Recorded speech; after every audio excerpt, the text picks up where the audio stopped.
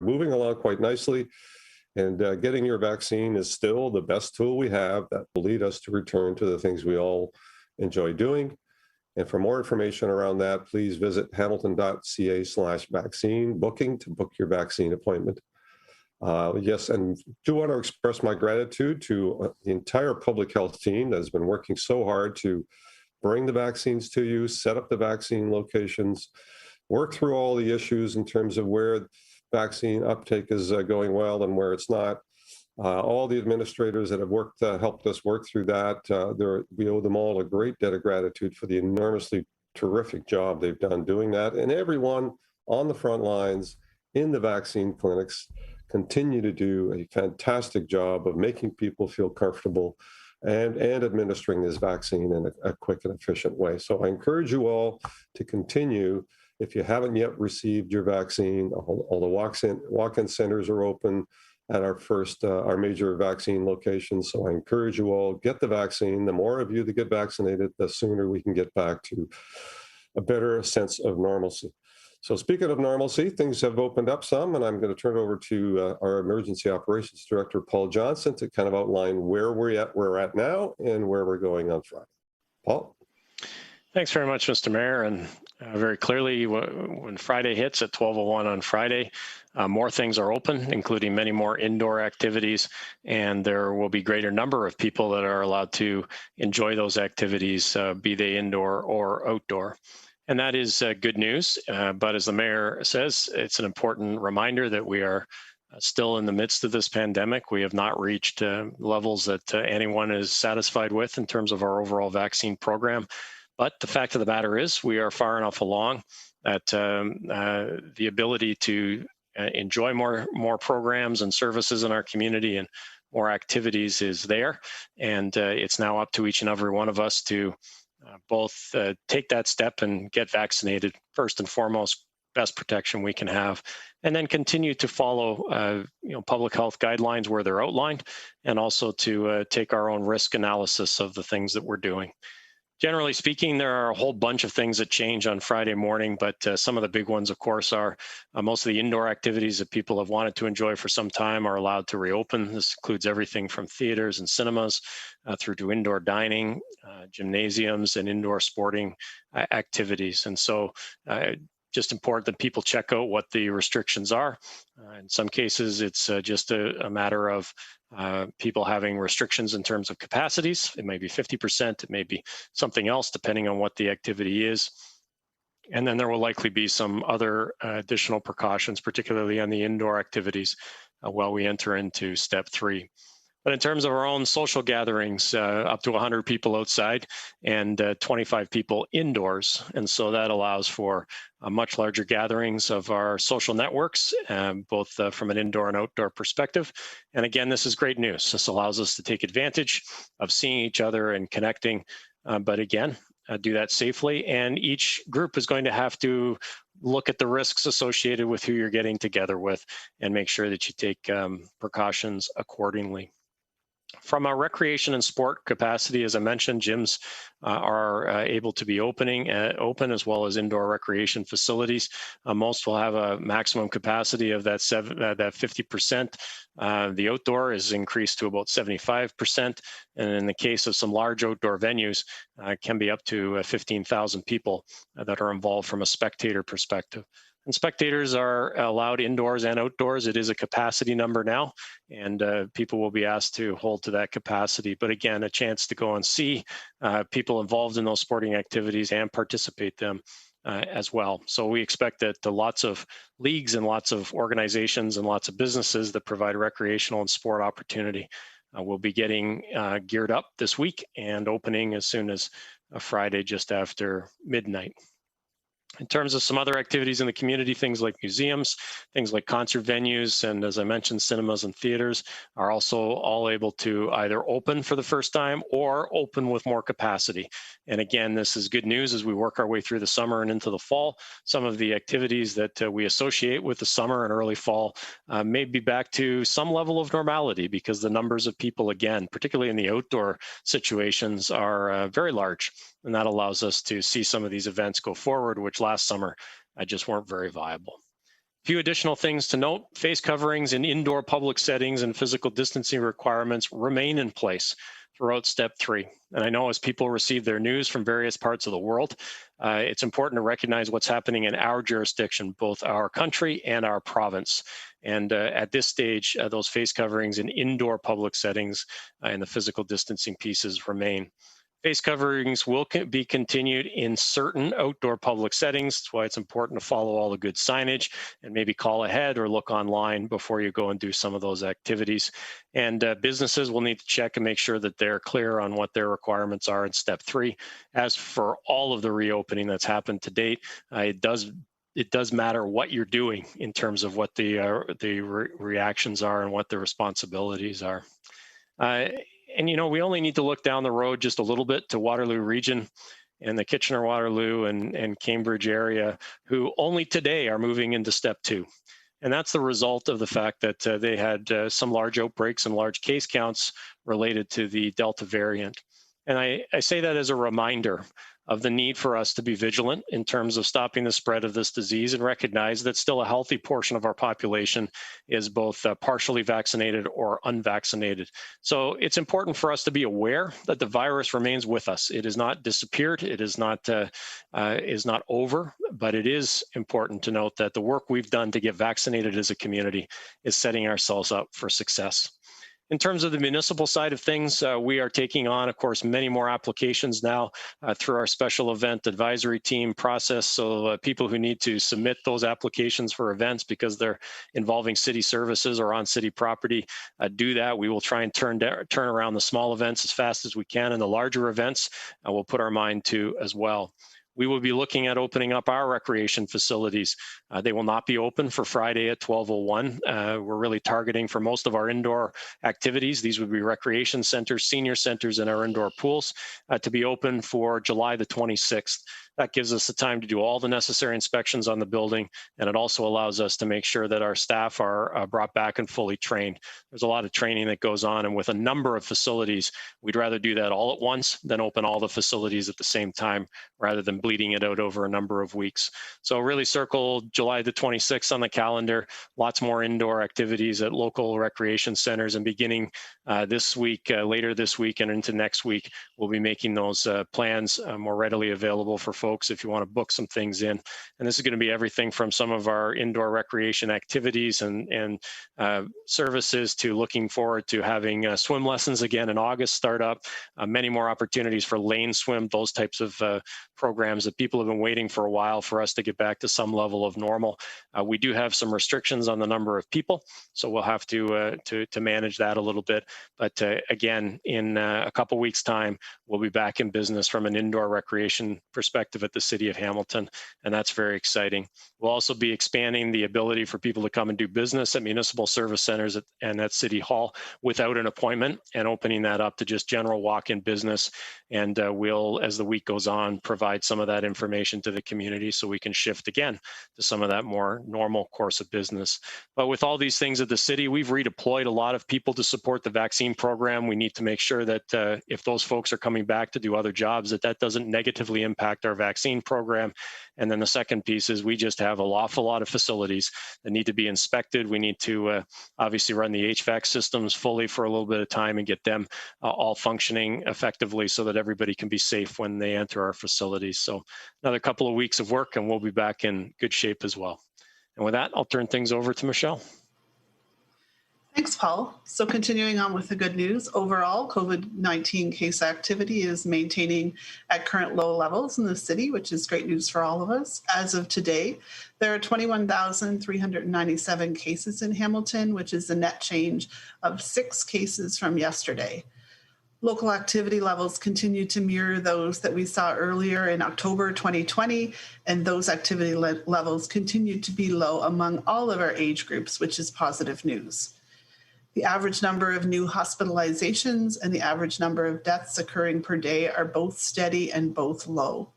Hamilton's 7-day moving average number of cases reported per day is 12, and our weekly incidence per 100,000 population is 14, with our weekly reproductive number at 1.05. Currently, we have 3 active outbreaks with no new outbreaks being reported today. Our percent positivity continues to trend downwards as well. It's currently sitting at 1.9%. So Hamilton now ranks 4th among public health units in Ontario, according to the ICES data.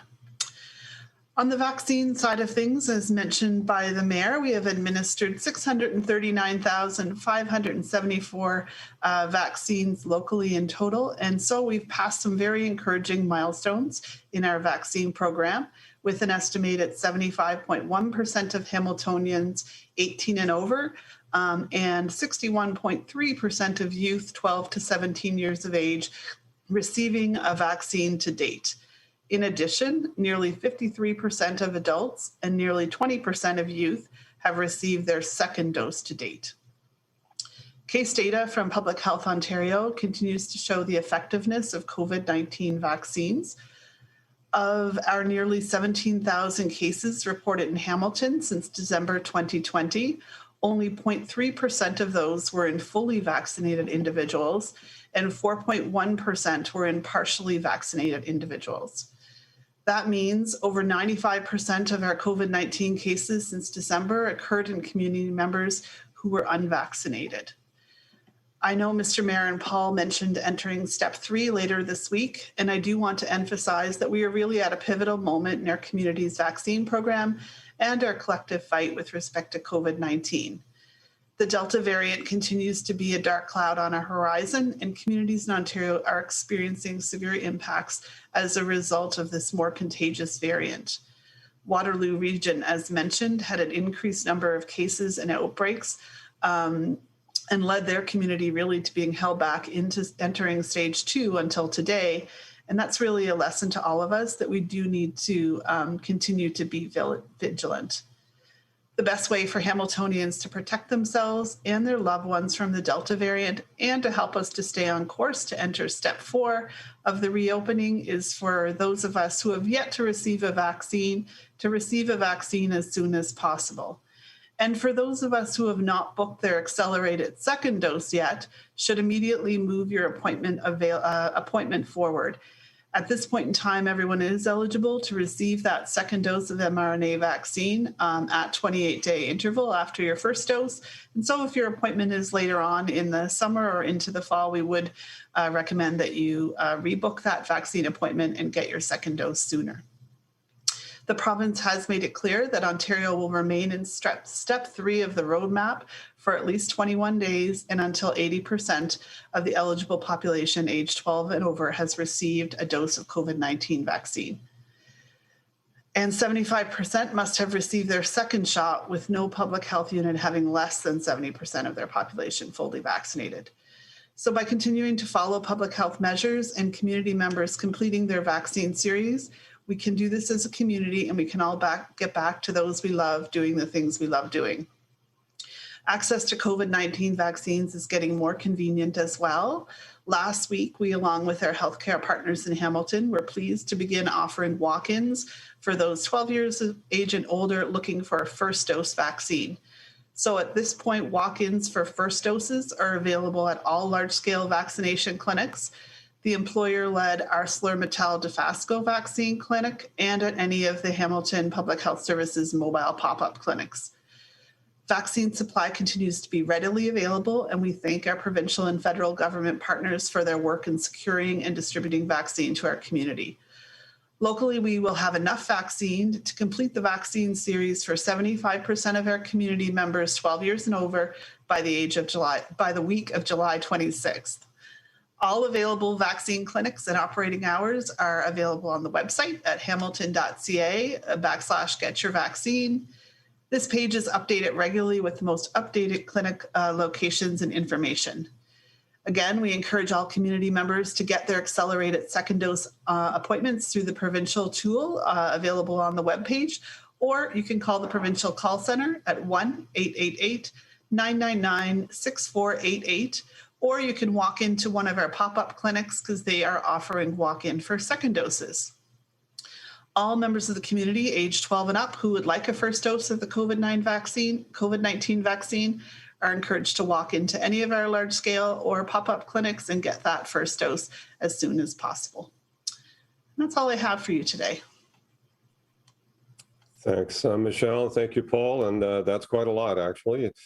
So lots of information there, and certainly lots of opportunity for people to get their vaccine, first dose and second dose, of all age groups now. So it's now easier than ever to get vaccinated, and we certainly encourage people to do that. It's the best way that we're going to get to that path to recovery for our businesses, as well as to protecting people in our community. So.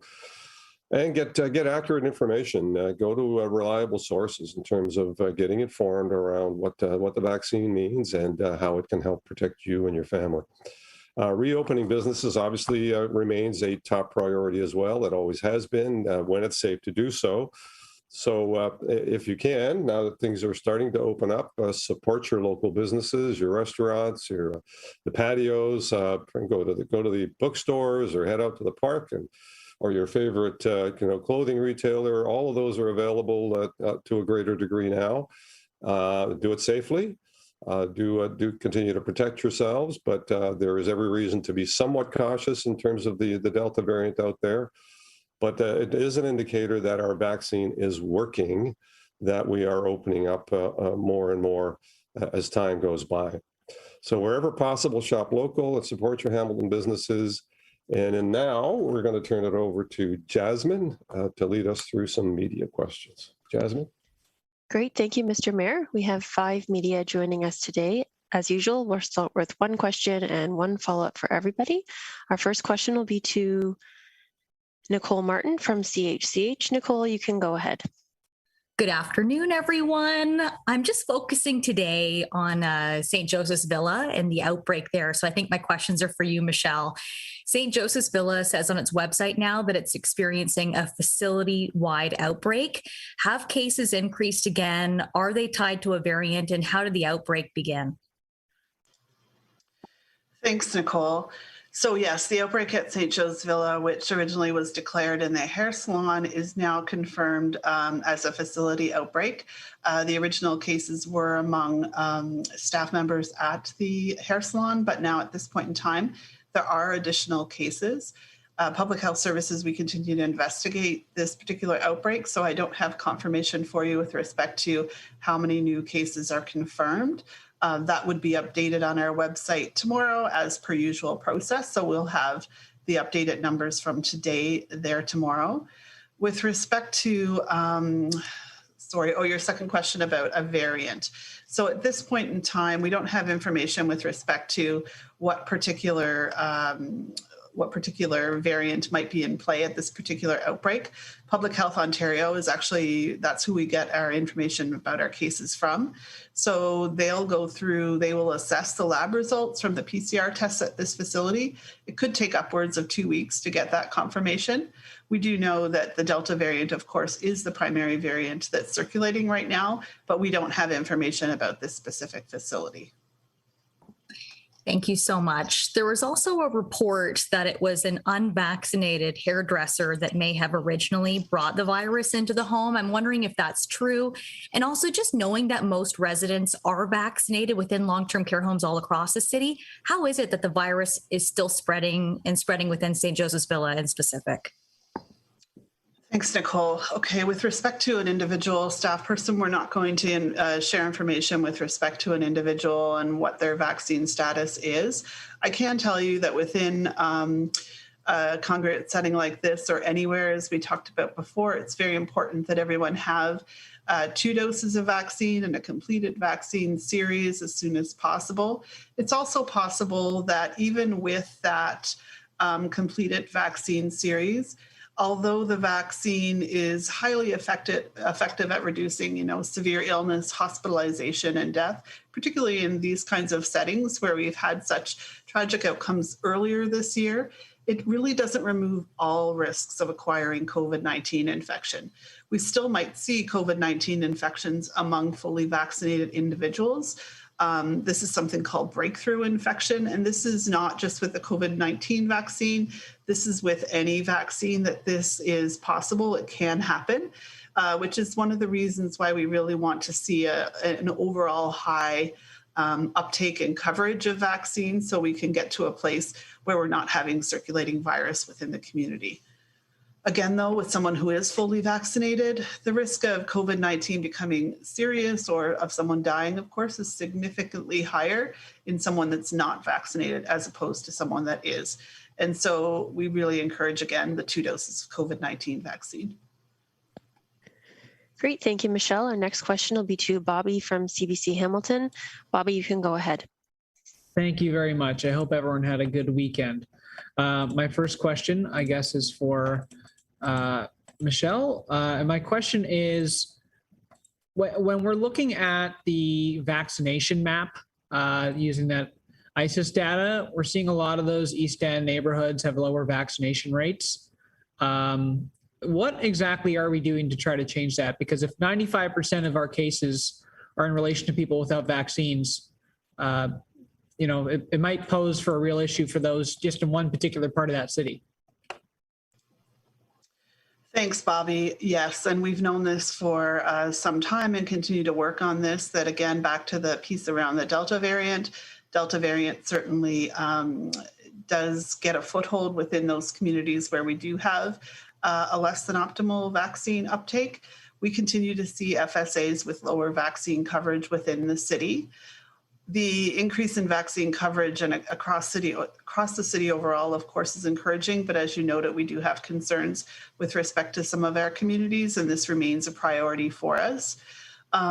Recognizing, of course, that your decision on whether or not to receive a COVID vaccine is an individual decision, and that the factors contributing to lower coverage in some of these areas truly are complex, with roots in systemic inequities, low socioeconomic status, and some of these have been exacerbated, quite frankly, by the COVID-19 pandemic. And so we are using health equity principles and trying to really use the information we have to identify where we need to focus more. So the focus previously was certainly on throughput and offering vaccine clinics and getting as many people vaccinated as possible, whereas now the shift is truly to focus on coverage and focusing on prioritization in these areas where perhaps we haven't had the uptake today. A number of vaccination clinics have been placed in these areas to reach community members who are disproportionately impacted by COVID-19 or where we're seeing lower vaccination uptake. We'll continue to do that work, of course. We are continuing to work with community organizations across Hamilton. We have vaccine ambassadors working with us now. So we have vaccine ambassadors that are reaching out to priority populations. They're reaching out to these hard to reach populations. They are focusing on youth and families and really trying to bridge the gap with respect to vaccine information, helping people remove barriers and helping them really get the information they need to be confident in making a decision to receive a vaccine. So that vaccine ambassador work is underway. We are also, of course, promoting pop-up clinics in some of our priority populations. You'll see that we've moved to walk-in, of course, for first dose in our pop-up clinics that are located in these priority FSAs, and walk-in for second dose as well. So really trying to remove barriers where possible and really trying to put in place strategies where people have the ability to have those conversations, be it with an ambassador, be it with their healthcare providers that are in those areas. We have healthcare providers on site at vaccine clinics, both mobile and our large clinics, that can answer questions people have. So really trying to work a bit more in a one-to-one sort of way and try to understand what the barriers are and how do we overcome those barriers for individuals, because we do know that vaccine, the decision again is a personal choice, but if there's a barrier there that we can overcome, we're certainly working toward doing that. Thank you. And are there any specific kind of goals or deadlines? Are you trying to raise the vaccination rate in those areas? Is there a time frame you're trying to reach? So for the vaccine program across the city as a whole, when we talk about reaching particular targets, be it 75%, and I know that we hear too that we need a higher uptake really to be in a good place with respect to the Delta variant. Although we talk about that 75% at the overall city level, what we really want to see is that every FSA in the city reaches that same uptake level. So it's not an average across the city, but rather that all of our FSAs and everyone that's living in the city, really we get to that same place. So the target is the same. Great, thank you, Michelle. Our next question is to Maria from the Hamilton Spectator. Maria, you can go ahead. Hi there. Thank you so much for taking my questions. Mine are also for Michelle Baird. So I just wanted to ask, kind of following up on Bobby's question about uptake in some of the areas where there is lower vaccine rates. I'm wondering if there's anything planned along the lines of what Toronto is doing with like door-to-door canvassing and bringing vaccines to apartment buildings. Thanks, Maria. So at this point in time, we aren't doing door-to-door administration of vaccine outside of those folks who truly are homebound. And paramedics with our primary care partners have done a tremendous amount of work on that front. But at this point in time, we're not planning any additional door-to-door vaccine strategies. Okay, thank you. And my follow-up question has to do with St. Joseph's Villa. In your response to an earlier question, you said that there are additional cases. Can you confirm if those are resident cases and also whether residents are required to be isolating right now and what visitor restrictions are in place there? Yes, so with respect to St. Joseph's Villa, there are additional cases and they are resident cases. I can confirm that. I can't confirm numbers with you with respect to the restrictions in place. Because it is an outbreak within a long-term care home, it's the same restrictions that would be in place for any COVID-19 outbreak in that type of setting. So those guidelines haven't changed with respect to restrictions when the facility is an outbreak. Great, thank you, Michelle. Our next question is to Emily Taylor from CHCH News. Emily, you can go ahead. Hi, good afternoon. I believe my question will be for Mayor Eisenberger or Paul Johnson, but whoever would like to answer it. So some of the other medical officers of health that I've spoken with recently, namely in Niagara, are concerned about certain elements of step 3, namely going into it before those 21 days past step 2, but also just the size of gatherings that we're looking at. Are there any elements of stage 3 reopening that concern you? I'll take a first go at it. So I mean, I do appreciate, and I think we're all, making sure that we're taking a cautious approach to opening up. And I think opening up too quickly with too great a numbers is potentially putting us back at risk. So, I'm comfortable with where we are on step 3, but some of the larger gatherings that are being contemplated, like sporting events and concerts, I think those larger numbers are somewhat more problematic. And I think the message needs to be that people still need to protect themselves when they're potentially, attending these events.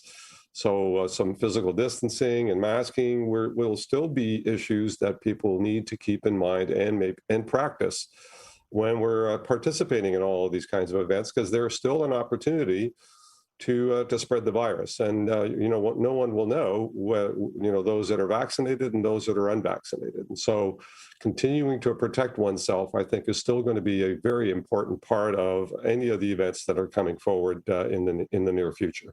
Paul? Thanks, Mr. Mayor, and I agree.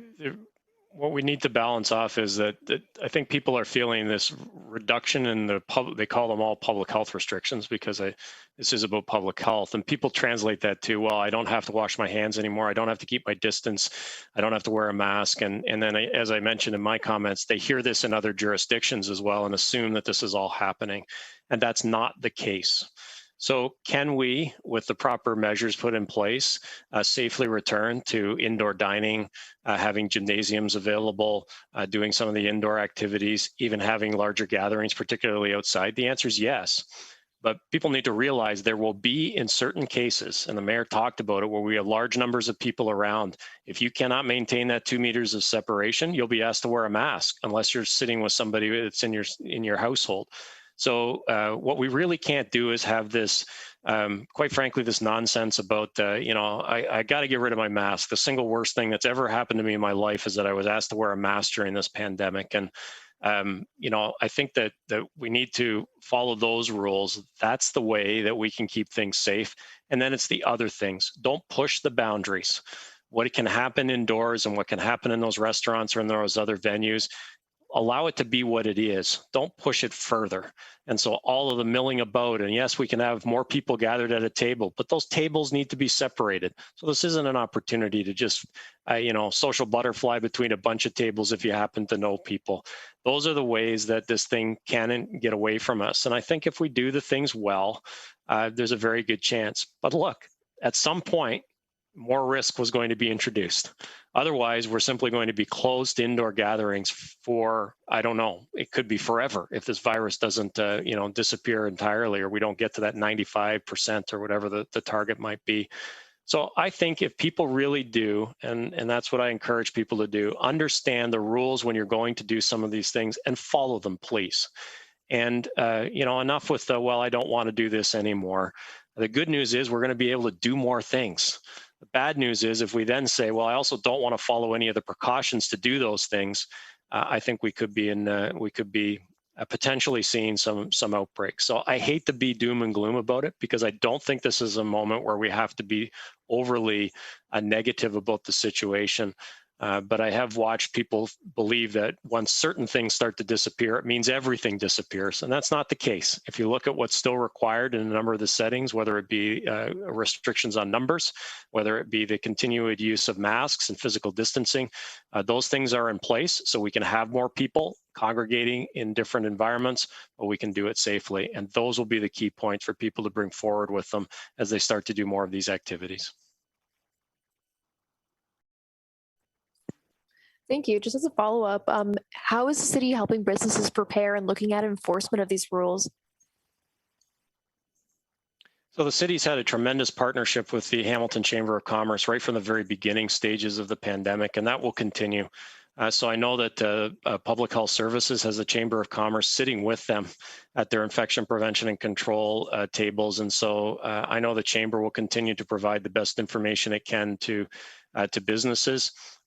Clearly, you're going to see a shift in enforcement now to really making sure that people understand the new world that we're going to be in, because this is the place we're headed for hopefully forever, that we don't take a step backwards, that we continue to have more people doing more things in all of the spaces that we used to do. So it will be about the engagement and the education, except in situations where it's really clear that people are just choosing not to follow the rules. And there will be a prioritization in certain areas, and certainly those indoor dining situations, the gyms where we have seen cases in the past, those will be areas where we're focusing on that indoor recreation to make sure that it's being done safely.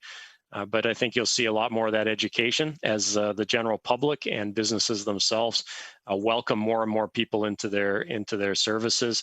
And then the Chamber of Commerce has been fantastic. They have facilitated access to businesses for rapid antigen testing if people want to do some of that rapid testing for employees at their businesses and all of those good things.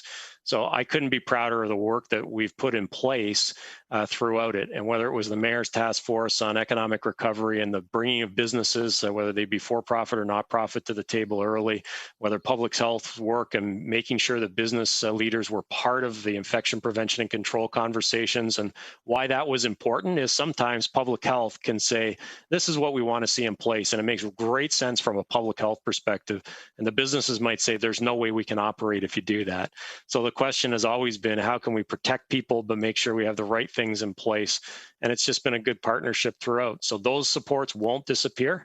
And then the other side is that our enforcement folks will be there to lay charges when it's very egregious violations, but clearly a shift happening starting on Friday and moving through the rest of the summer to making sure we're back into that education mode to keep the entire community safe.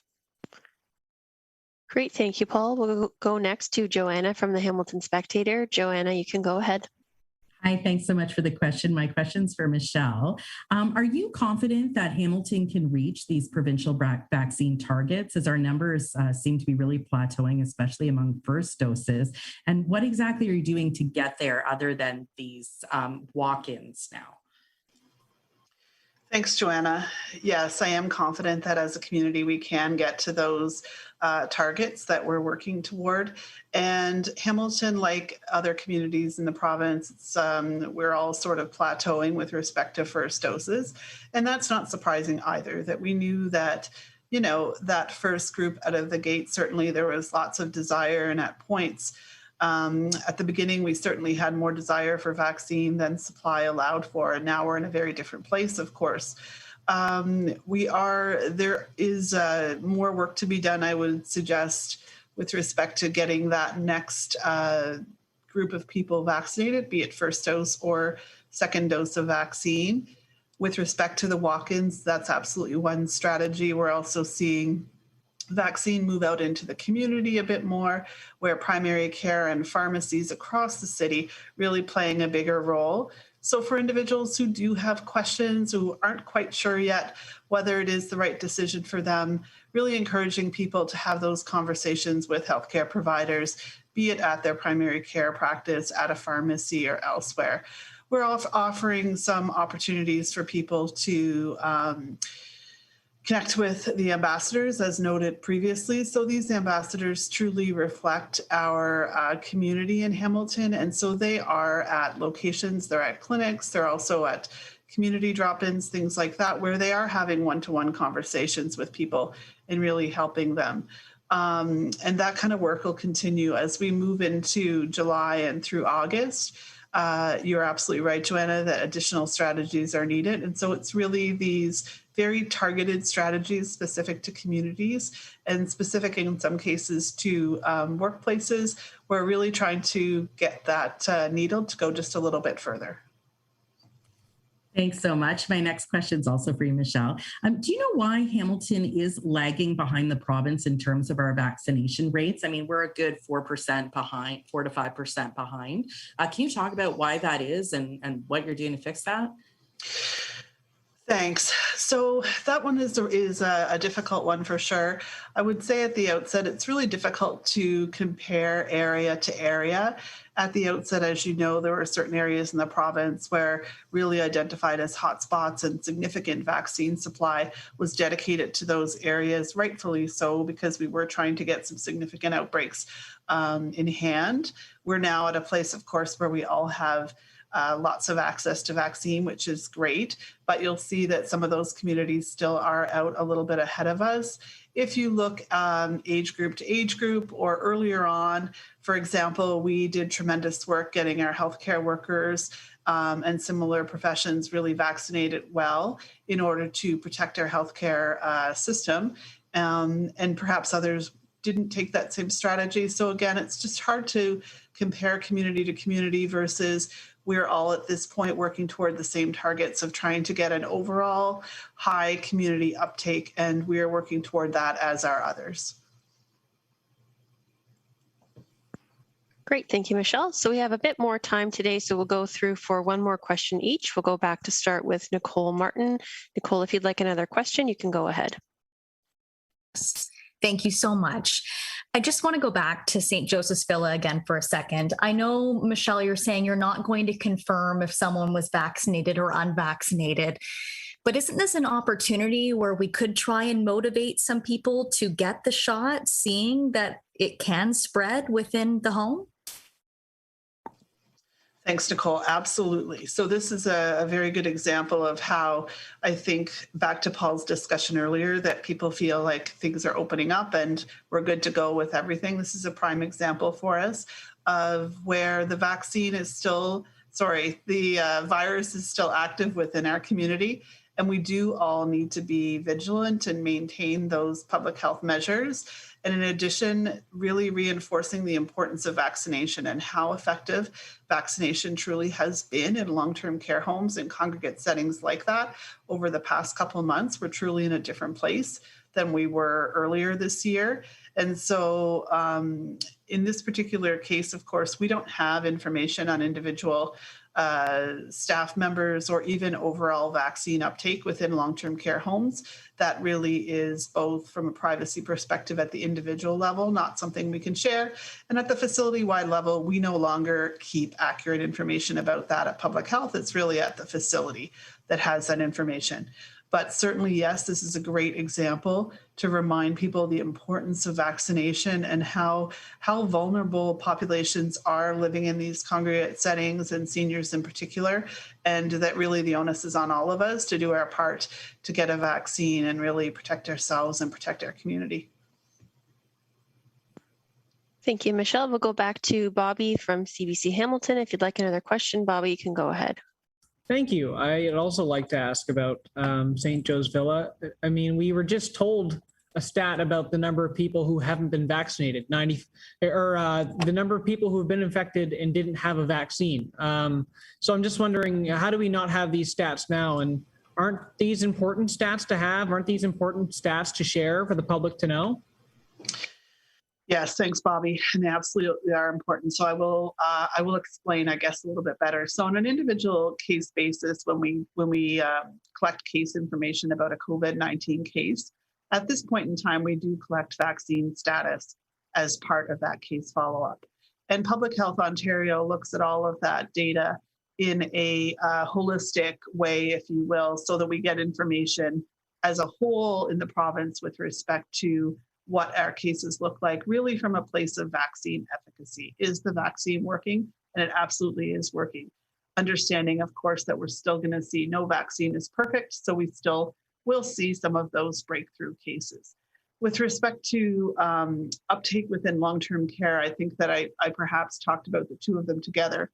Long-term care homes as well collect information with respect to their staff vaccine uptake, so they'll know what percentage of staff are vaccinated, of course, from an employment perspective. But we wouldn't necessarily have the most up-to-date information with respect to what the vaccine uptake is within long-term care homes overall, because their staff continue to get vaccinated every day. They also have turnover, of course, in staff. And so that number is very fluid. So I would say as an overall, we don't necessarily know the number accurately with respect to who's been vaccinated in long-term care. On an individual case basis, we don't give specifics about individuals. Great, thank you, Michelle. We'll go next to Maria from the Hamilton Spectator. Maria, if you'd like another question, you can go ahead. Hi, thanks for the additional question. I think this one is for Paul Johnson. And the question is, pre-pandemic buffets were high touch and involved lineups with numerous households mingling. What concerns does public health, it's probably for Michelle. What concerns does public health have about reopening buffets, and what advice do you have for restaurant owners? Thanks. So with respect to buffets, no different than any other setting. Again, really important that you're, careful and diligent yourself with respect to where you're going, with respect to distancing. COVID-19 very much transmission, as you know, is droplet transmission. So coughing, sneezing. So really distancing yourself from other individuals. That 2-meter distancing is most important. Masking when that's not able to be maintained. With respect to surfaces, throughout the pandemic, certainly at the outset, that was thought to be quite a significant concern. And then we've learned as we went along that surfaces aren't the important vector that we might have thought they were. That really important piece truly is the person-to-person transmission through respiratory droplets. Great, thank you. We'll go next to Emily Taylor from CHCH News. Emily, if you'd like another question, you can go ahead. I'm all right, actually. Thank you. Great, thank you. We'll go back to Joanna then from the Hamilton Spectator. Joanna, you can go ahead. Hi, thanks so much for the extra question. I think my question is for Michelle. As we move into step 3, what tips do you have for parents of kids who are not old enough to be vaccinated? Like, are there extra precautions that children and parents need to take, or places they need to avoid, or things that are opening up that maybe are not for them at this point? Thanks. So at this point in time, yes, for those under 12, of course, that can't be vaccinated, understand and appreciate that parents have concerns. I guess our first message continues to be that everybody else in the household who's able to be vaccinated should receive 2 doses of vaccine. That does protect themselves, but of course protects their household as well. For those children, the same message as for others, that really try to maintain distancing where possible, encourage respiratory hygiene, and where possible, have those children mask when they are within distance, close proximity to others within closed spaces. So the messages for that age group really haven't changed. We're still optimistic, of course, that a vaccine will become available for that age group. But for now, those same public health measures that we've all been carrying out for the past few months would stay in place for that group. Great. Thank you, Michelle. Mr. Mayor, that's all our media questions for today, so we'll pass things back to you. Thank you, Jasmine, and thank you to our media partners for their questions, and to Bill Custers and the entire team at Cable 14 for putting this together, as well as Clear Cable, that have been very, very helpful in making sure there are 100+ media advisories over the last year and then some have gone smoothly and been very informative. So thank you all for that. For more information on COVID-19 and the financial supports and any updates, visit our website at hamilton.ca/coronavirus. Continue to follow the public health measures and advice, and get your vaccine. And as Paul pointed out, it is not all clear. As much as things are improving, and we're all loving the fact that things are opening up, it is still time to maintain caution and protect oneself from being in contact with the virus, especially those that have not been vaccinated. And certainly that's a caution that hopefully those folks will consider getting vaccinated to protect not only themselves, but their families and loved ones around them. As we head into summer, we want to ensure that our residents and local media are continuing to receive regular updates from the city. So we will be holding the bi-weekly media briefings on Monday at 3 p.m. throughout the summer. Residents can find the latest information on the city's website at www.hamilton.ca/coronavirus, or by following us on the social media channels. And that is everything for today. So enjoy the weather. Summer is upon us. Great opportunity to get out and enjoy some of the things that you like to do. Sports facilities are open. Soon our pool and recreational facilities will be open as well. The splash pads are open. The parks are open. Lots of things for you to do and enjoy. And by being mindful of that, there's still need to think about the virus still being out there and potentially could be harmful. And we want to avoid that continuing spread. So in the meantime, have a great summer. We'll see you in a couple of weeks. Actually, next time will be July the 26th at 3 p.m. And in the meantime, be well, take care of one another, and enjoy your summer.